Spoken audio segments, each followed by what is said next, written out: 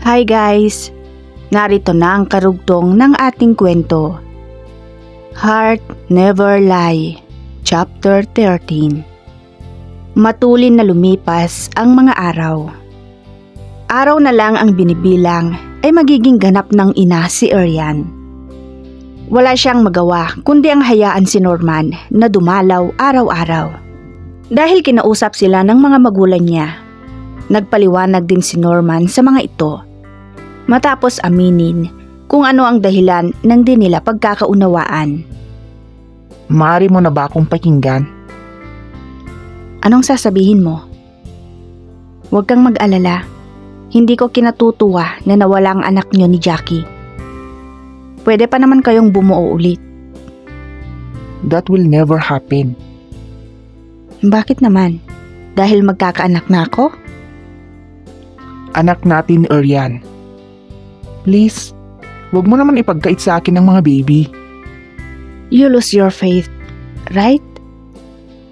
You became hopeless. Tapos ngayon magdadrama ka? Anyway, hindi mo na kailangan gawin yan because I'm not as selfish like you. Selfish na kung selfish. Nagawa ko yun dahil ayokong mawala ka. Nagawa ko yun dahil ayokong isakripisyo ang buhay mo para magkaroon ng anak. Talaga? Hindi ba sinabi ko na mag-ampon tayo?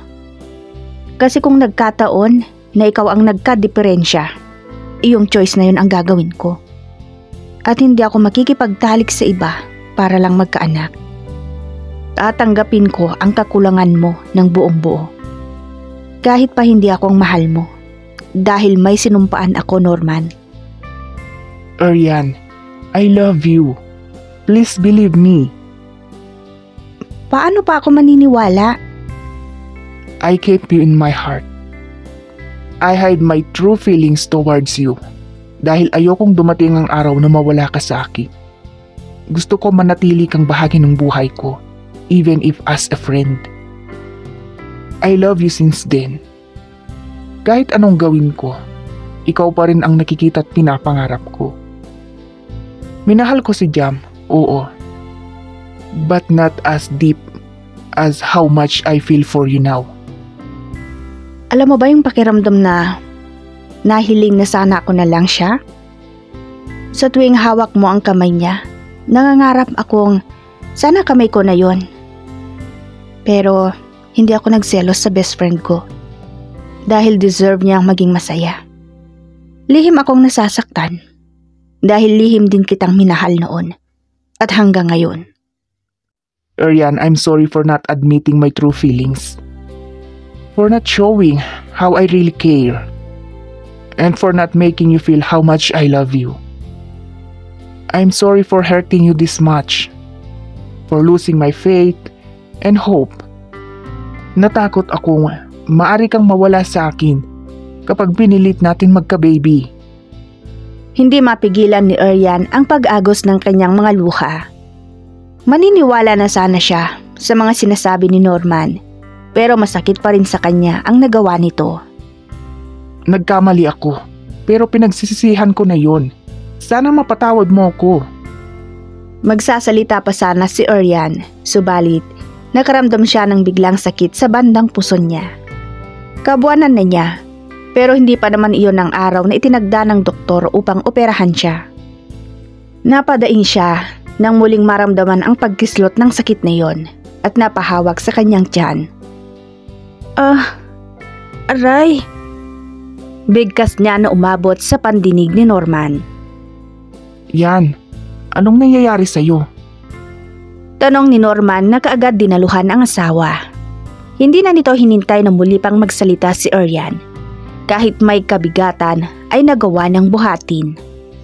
Nataranta naman si Arlene at agad sumunod sa mag-asawa na hindi na nagtatanong, ni hindi na nagawang magpalit ng damit. Sinakay ni Norman si Arian sa kanyang kotse at sumakay na rin ang kanyang hipag na hindi alintanang nakapambahay na lang at wala pang suot na bra. Maya't maya ang pagkislot na iyon ng sakit na nararamdaman ni Arian. Pinagpapawisan na ito at nanghihina dahil dumalas na iyon at hindi alam kung ano ang gagawin. Binilisan pa ni Norman ang pagmamaneho, kaya ilang minuto lamang ay nasa harapan na sila ng ospital. Kakapasok lamang nila ay dumating ang doktor ni Arian na agad tinawagan ni Arlene. Ipinasok si Arian sa emergency room at naghintay saglit sa kanyang doktor. Nanginginig si Norman sa sobrang pag-aalala. Paraot pa rito ang lakad habang naghihintay na lumabas ang doktor. Ilang sandali pa ang lumipas ay lumabas ang OB mula sa emergency room. She's about to give birth. Pero hindi niya kakayanin sa normal delivery. Kailangan na nating ilipat sa operating room. Hindi ba Doc may date kayong ibinigay for her operation? Yes, mister. Usually, nangyayari talaga ang ganito. Ngayon kailangan na talaga siyang ilipat sa operating room. Hindi na nagsalita si Norman. Tumangaw na lamang bilang pagbibigay pahintulot na dalhin na si Arian. Napasunod na lang sila at naghintay sa labas ng operating room. Halos 3 oras din ang itinagal ng operasyon. Nailabas ang mga baby. Halos lumundag sa tuwa si Norman nang masilayan ang 2 sanggol. A baby boy and a baby girl. Dinala sa nursery ang mga sanggol. Doc, how's my wife? Puno ng pag-aalalang tanong ni Norman. Unconscious, but don't worry. It's just because of the anesthesia. Thank God. Usal ni Norman. Hinintay na lang nila na ilabas si Arian mula sa operating room.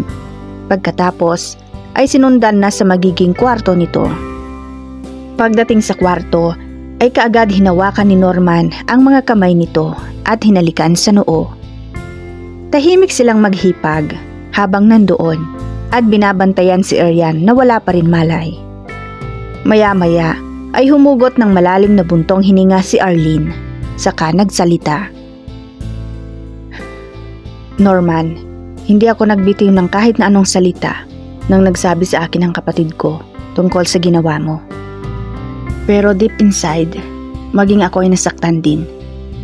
Ayokong manghimasok sa bagay na yon dahil problema ninyong mag-asawa yon. At sinunod ko ang hiling niyang hindi babanggitin sa mga magulang namin dahil ayaw niyang masira ang tiwala at respeto nila sa'yo. I'm really sorry for what I've done, ate.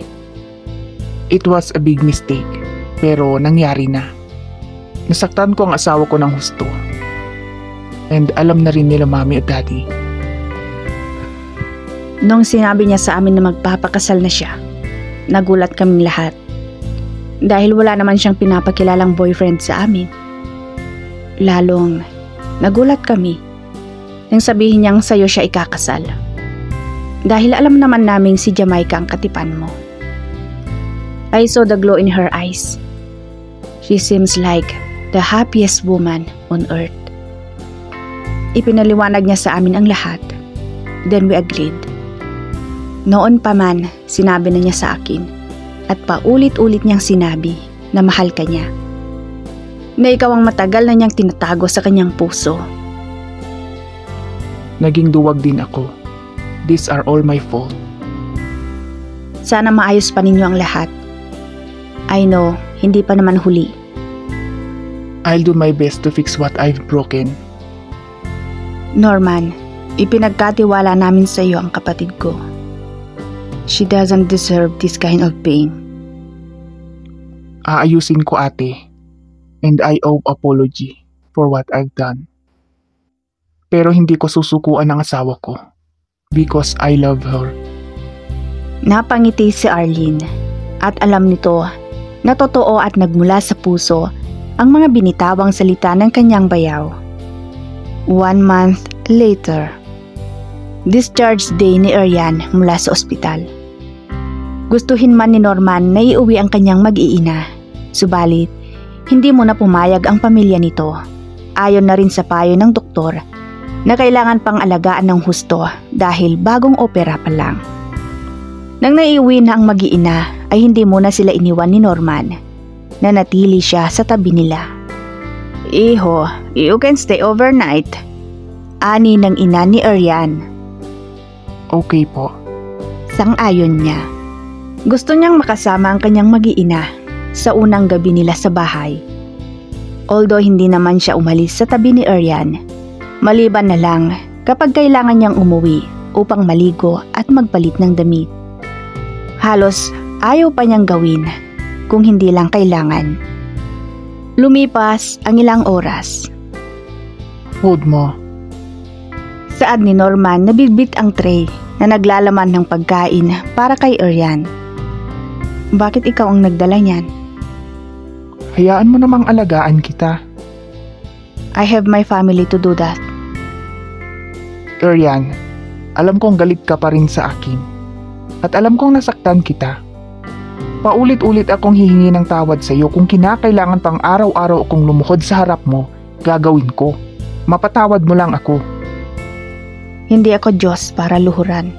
Ilapag mo na lamang dyan at kakain na lang ako mamaya. Hindi ka pwedeng magpalipas ng gutom. You heard me, right? Lingid sa kanilang kaalaman ay mayroong nakakarinig sa kanilang pag-uusap. Norman, ako nang bahala. Bumaba ka na at kumain kasabay nila mami. Singit ni Arlene. Nilingon ni Norman ang hipag. Waring may inihatid na mensahe ang tingin nito na naiintindihan naman niya. Inilapag niya ang tray sa bedside table tsaka lumabas ng kwarto. Tulog na tulog naman ang kambal. Arian, hindi mo naman kailangan tratuhin ng ganun ang asawa mo. Wika ni Arlene paglabas ni Norman.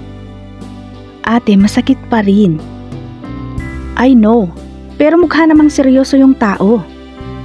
Give him a chance na makabawi sa'yo. Alam mo nung ipinasok ka nila sa emergency room at operating room, halos hindi na yon nakitang umupo hanggat hindi na siguro na ligtas kayong mag-iina. Binantayan ka hanggang magising ka. There's always a right timing for forgiving a person. Please, let me heal at least half of me. Mahal na mahal ka ng asawa mo, Arian. I can see that in his eyes. His sincerity for asking your forgiveness. Maging sa akin, humingi na rin ng tawad. Like I said, may panahon para sa pagpapatawad. Bumuntong hininga si Arlene. Okay, take your time. Thanks. Sa kabilang banda, ay naintindihan rin naman nito ang kapatid. Nagpaalam na si Arlene at sinilip ang mga sanggol bago tuluyang lumabas ng kwarto. Hindi napigilan ni Arian ang pagpatak ng kanyang mga luha. Paano ba niya sisimulang tanggapin ang bagay na yon? Paano niya sisimulang patawarin si Norman? Siguro tama nga siya. May panahon upang magpatawad at kailangan muna niyang hilumin ang sugat sa kanyang puso. Pero hanggang kailan? Ipinikit niya ang kanyang mga mata at umusal ng taimtim na panalangin, like she always do kapag ganoong may problema siya. Habang nakapikit ay hindi na niya namalayang tuluyan na pala siyang nakatulog. Pagkatapos naman kumain ni Norman ay kaagad niyang binalikan ang mag-iina sa kwarto. Tulog pa rin ang kambal. Maging si Arian ay mahimbing ang tulog at hindi nagalaw ang pagkain na dinala niya kanina para rito. Lumapit siya sa kama at hinaplos ang buhok ng kanyang asawa. Then he kissed on her forehead. Hindi na rin naman niya napigilang haplusin ang mukha nito. Sobrang miss na niya ito. Yung Arian na masayahing nakilala niya. Pinagsawa niya ang kanyang mga mata. Kung hindi pa nagising ang isa sa kambal, ay malamang nakatitig pa rin siya kay Arian. Nilapitan niya ang malaking crib. Kinarga niya ang sanggol, tsaka kinuha ang gatas at pinadede, hanggang sa muling nakatulog. Pagkatapos ay inilapag niya ang baby. Ramdam na rin niya ang antok, kaya nahiga na lang siya sa sofa. Sa isip niya ay baka magalit si Arian kung tatabi siya sa kanya sa kama.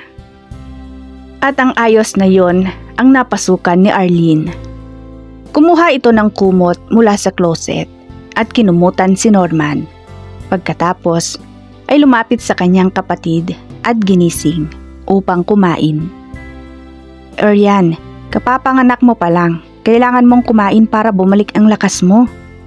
You also need to feed your twins from breast milk. Are you out of your mind? Sorry ate, I fell asleep. Let me reheat your food. Okay ate, thank you. Teka, bakit doon mo naman pinatulog sa sofa si Norman? Tingnan mo nga ang ayos oh, hindi ka na naawa. Siya nga hindi naawa sa akin eh. Napailing si Arlene, saka binitbit ang tray at lumabas upang initin ang mga pagkain. Kahit may kalayuan mula sa kama ang sofa, ay napapansin niyang pumayat si Norman. Ngayon lang niya iyon napansin at halatang pagod ito. Base sa ekspresyon ng mukha nito at medyo lubog ang mga mata. Napabuntong hininga si Arian. Simula nang nakalabas sila ng ospital, ay hindi naman pumaltos sa pagdalaw si Norman. Madalas na rin nga na doon matulog. Isang araw, ay isang desisyon ang nabuo ni Arian.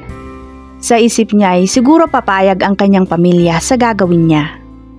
Isang araw, kinausap niya si Arlene tungkol sa plano niya. Sigurado ka na ba? Paninigurong tanong nito sa kapatid. Tumango si Arlene. Hindi ka na ba mapipigilan? Hindi na ate. Buo na ang desisyon ko. Gusto ko ng tahimik na buhay. Hindi naman magulo ang buhay mo ah. I need to do this ate. Sige, kung yan na talaga ang gusto mo, wala kaming magagawa. Ikaw nang bahalang mag-asikaso ng lahat ate. Let me know if everything is okay. Okay. As you wish, my dear sister. At sana tama itong gagawin mo. Nandito lang naman ako lagi for you. Thanks ate. I'm so blessed to have a sister like you. Sus, ikaw talaga. You're such a good sister naman sa akin. Kaya binabalik ko lang ang mga kabutihan mo. Bahagyang ngumiti si Arian, tsaka niyakap ang kanyang ate. Ano ang gagawin ni Norman kapag nalaman niya ang plano ni Arian?